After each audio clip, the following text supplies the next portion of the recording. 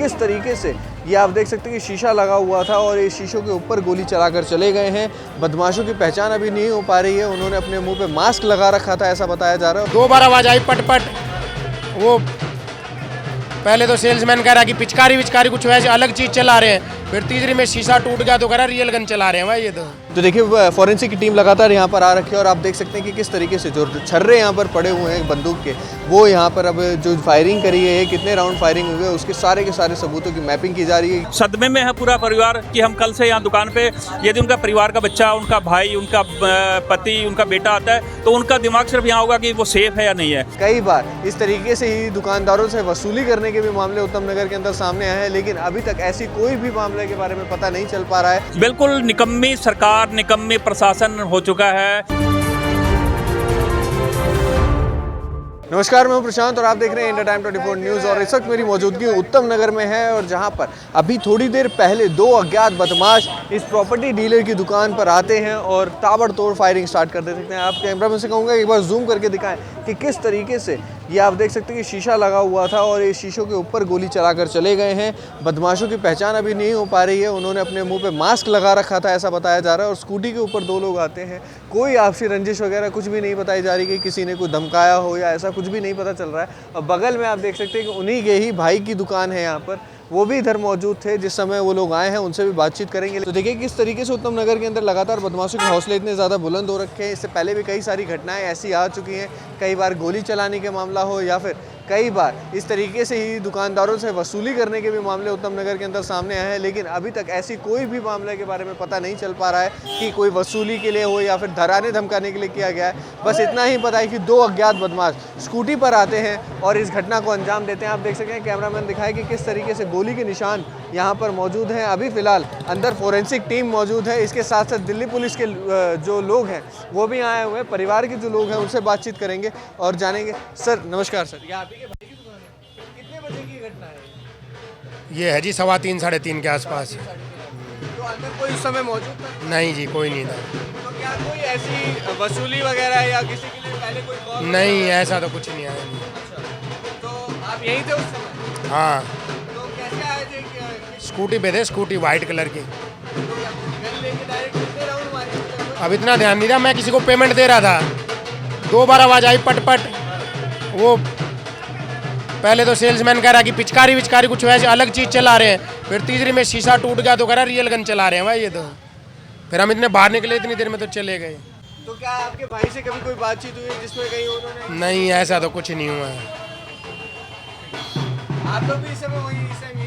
नहीं, हम नहीं थे, हम तो काम पे थे, काम कर इस तरीके से इससे पहले भी कई जगह पे ऐसे मामले उत्तम नगर में ही सामने आए हैं। लग रहा है कि कोई गैंग है जिसने इस पे करा होगा। अब कोई आइडिया नहीं जी इस चीज़ का। तो ये लगभग 3:10 की घटना है और ये दिनेश अग्रवाल जी हैं जिनकी दुकान है। ये प्रॉपर्टी का काम करते हैं। से काम कर रहे हैं? ये तो 25-30 साल हो गए यहाँ।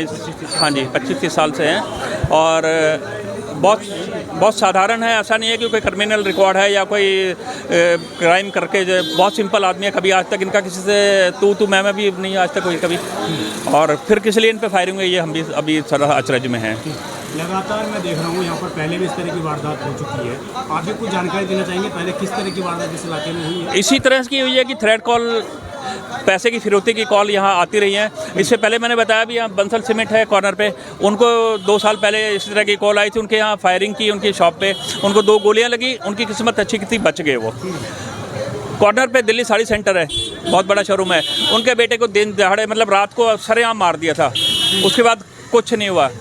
उसके बाद 2 बड़े शोरूम थे इस रोड पर जो अच्छे खासे थे, जिनकी पहचान थी। वो फिरौती की वजह से अपने शोरूम बंद करके चले गए, बिजनेस सब समेट के दिल्ली छोड़ के चले गए कि ऐसी जगह रहना मुश्किल है जहाँ इतना क्राइम हो। बिल्कुल निकम्मी सरकार, निकम्मी प्रशासन हो चुका है और 1% कुछ नहीं है। थोड़ी देर के लिए चर्चा होती है, 1-2 घंटे के लिए मीडिया इकट्ठी होती है, लोग आते हैं, तमाशबीन देखते हैं किसका क्या हुआ, किसको क्या नहीं। सिर्फ जिस पर बीतती है वही झेलता है। तो ये सरकार क्या समझ रहे हैं? आपने बोला कि जो नई सरकार बनी है इसमें लगातार क्राइम की तरफ आपके सामने ना, मुझे बता दीजिए पिछले 20-30 साल के इतिहास में 800 लोग दिल्ली से गायब हो रहे हैं। कब आपने सुना था ऐसा? ये सरकार बहरी है, बिल्कुल आंख बंद करके कान बंद करके काम कर रही है। एलजी साहब कहते हैं मैं सबसे ज़्यादा काम कर रहा हूँ, मुख्यमंत्री जी कहती है हम सबसे ज़्यादा काम कर रहे हैं। मुझे बता दीजिए क्राइम रेट कितना बढ़ गया अभी दिल्ली में, पिछले 1.25 साल का आंकड़ा उठा के देखिए आप। जिस थाने में आज तक यदि 70 केस रजिस्टर्ड होता था, आज वहाँ 150 केस रजिस्टर्ड हो रहे हैं। मैं किसी दूर के थाने की बात नहीं, अपने डिस्ट्रिक्ट की बात कर रहा हूँ, मैं वहाँ 150 केस रजिस्टर्ड हो रहे हैं। यहाँ पर प्रॉपर्टी डीलर की और भी दुकान है, क्या उनको भी इस तरीके से थ्रेट को और कुछ इस तरीके का नहीं, अभी ऐसा कोई जानकारी में नहीं आया। यदि मिला भी होगा तो कोई ओपनली बताएगा नहीं आके आपको। यदि उसके साथ कोई हादसा होता है तो पता लगता है। डर के मारे, दहशत के मारे आदमी अपने आप को बचा के रखता है। सबसे ज़्यादा जो दहशत में है, जिनके साथ बीती उनका परिवार, वो सबसे ज़्यादा दहशत में है। वो इस सदमे में है पूरा परिवार कि हम कल से यहाँ दुकान पे, यदि उनका परिवार का बच्चा, उनका भाई, उनका पति, उनका बेटा आता है तो उनका दिमाग सिर्फ यहाँ होगा कि वो सेफ है या नहीं है। अब वो काम धंधे से दिमाग हट गया है, उनका दिमाग सिर्फ अपनी जान को बचाने में लगे। बात हुई है आपकी? है जी, घटना के बाद उनसे बात हुई है? हाँ, मेरी बात हुई है दिनेश अग्रवाल से। उन्होंने आपको अभी तो वो भी थोड़ा सा परेशान थे, मेंटली थोड़ा सा एक स्ट्रेस रहता ही है।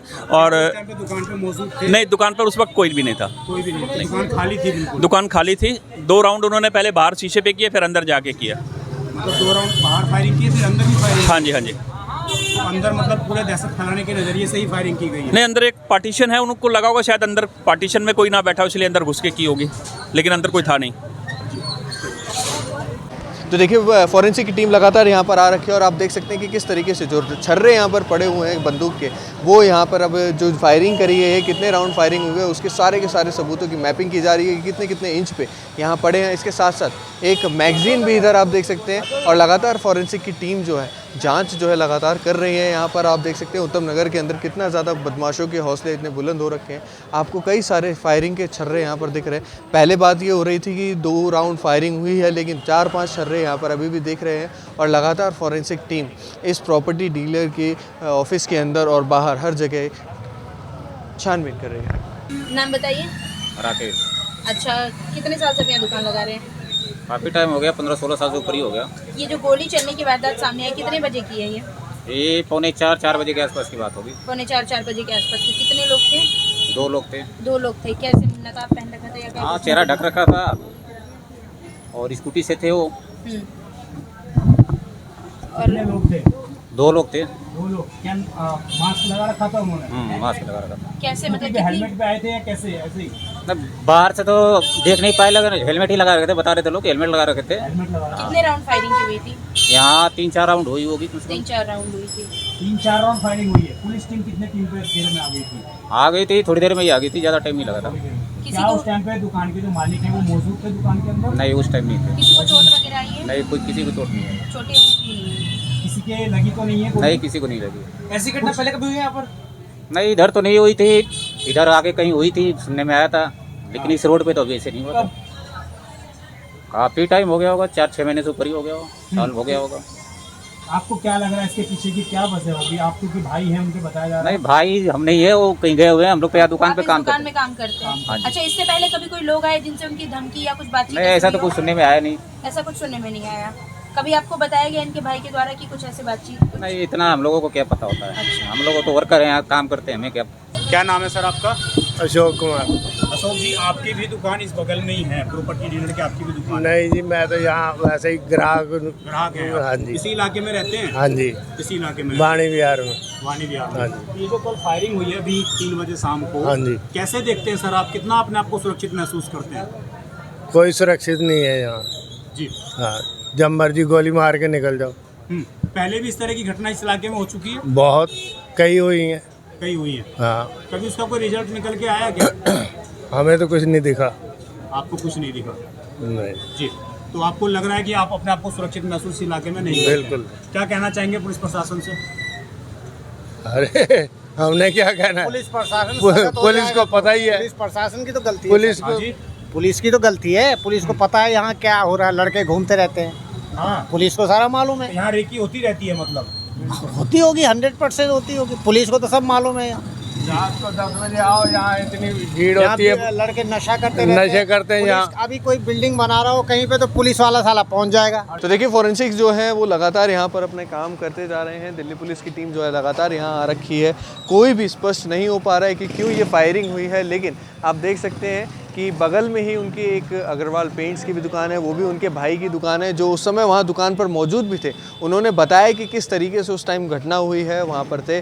लेकिन कई सारे यहाँ पर आप देख सकते हैं कि मैगजीन्स भी पड़ी हुई थी, कई सारे छर्रे जो हैं, जो फायरिंग हुई है उसके छर्रे जो है वो भी यहाँ पर मौजूद आप देख रहे थे। और लगातार फॉरेंसिक की टीम यहाँ पर जांच कर रही है और कोशिश कर रही है पता लगाने की कि क्या कुछ हुआ है। लेकिन आपको बता दें कि किसी के भी घायल होने की कोई भी खबर नहीं आ रही है, क्योंकि अंदर कोई भी उस समय मौजूद नहीं था। आगे इस खबर पर कोई भी अपडेट मिलती है तो इंडिया टाइम 24 न्यूज़ आपको जल्द से जल्द देने की कोशिश करेगा। कैमरा जर्नलिस्ट अभय के साथ प्रशांत, इंडिया टाइम 24 न्यूज़। खबरों से खबरदार रहने के लिए चैनल को सब्सक्राइब करें और प्रेस करें बेल आइकन। भगत चंद्रा हॉस्पिटल विश्व की सभी आधुनिक और बुनियादी सुविधाओं से परिपूर्ण एक world class multi speciality hospital, Mahavir enclave Palam Dabri road पर स्थित साउथ वेस्ट दिल्ली का एकमात्र मल्टी स्पेशलिटी हॉस्पिटल, जहां 24 घंटे आपकी सेवा में उपलब्ध हैं वेल क्वालिफाइड डॉक्टर्स और हेल्पिंग स्टाफ। डॉक्टर CM भगत द्वारा स्थापित भगत चंद्रा हॉस्पिटल आपकी सेहत का ख्याल रखना ही इसकी प्राथमिकता है,